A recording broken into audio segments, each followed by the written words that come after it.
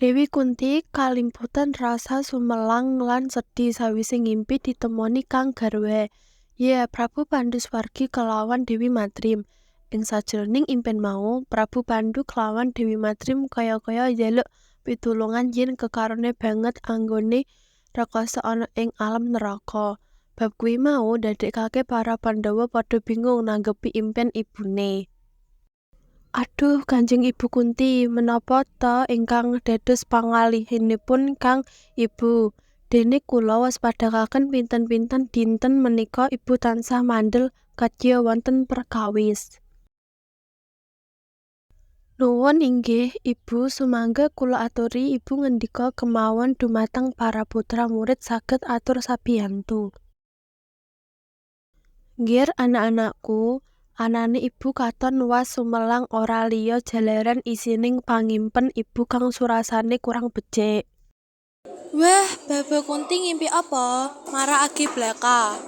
Aduh, Kanjeng Ibu, kenging menapa dateng Kanjeng Rama Pandhu kelawan Ibu Madrim, menapa dereng manggih karahayon anggenipun sowan dateng Sang Akarya Jagat, Ibu? Iya nggih, ing sajroning impen mau, Rama kelawan ibumu kaya-kaya njaluk pitulungan supaya enggal antuk dalan padhang lan bisa enggal usul saka panandhang. Nanging ibu bingung kepiye carane anggone bakal aweh sabiyantu. Nuwun sewu, Kanjeng Ibu, miturut kula kita sedaya kabeh sami ndedonga mring Kang Pengrat supados Bapak Pandhu kelawan Ibu Madrim saged manggih karahayon lan pikantuk kaswarganing Gusti. Iya nggir, ayo kabeh padha donga dhateng Sang Hyang Agung. Kejaba iku nggir, yen miturut pangimpen mau anak-anakku Pandhawa perlu budal menyang Narakaloka jalaran regane Rama lan ibumu kaya-kaya isih gantung durung bisa dibebaske. Menawi mekaten Ibu, hamba bilih ingkang trep bidal dhateng Narakaloka boten wonten sanes kejawi Dimas Werkudara.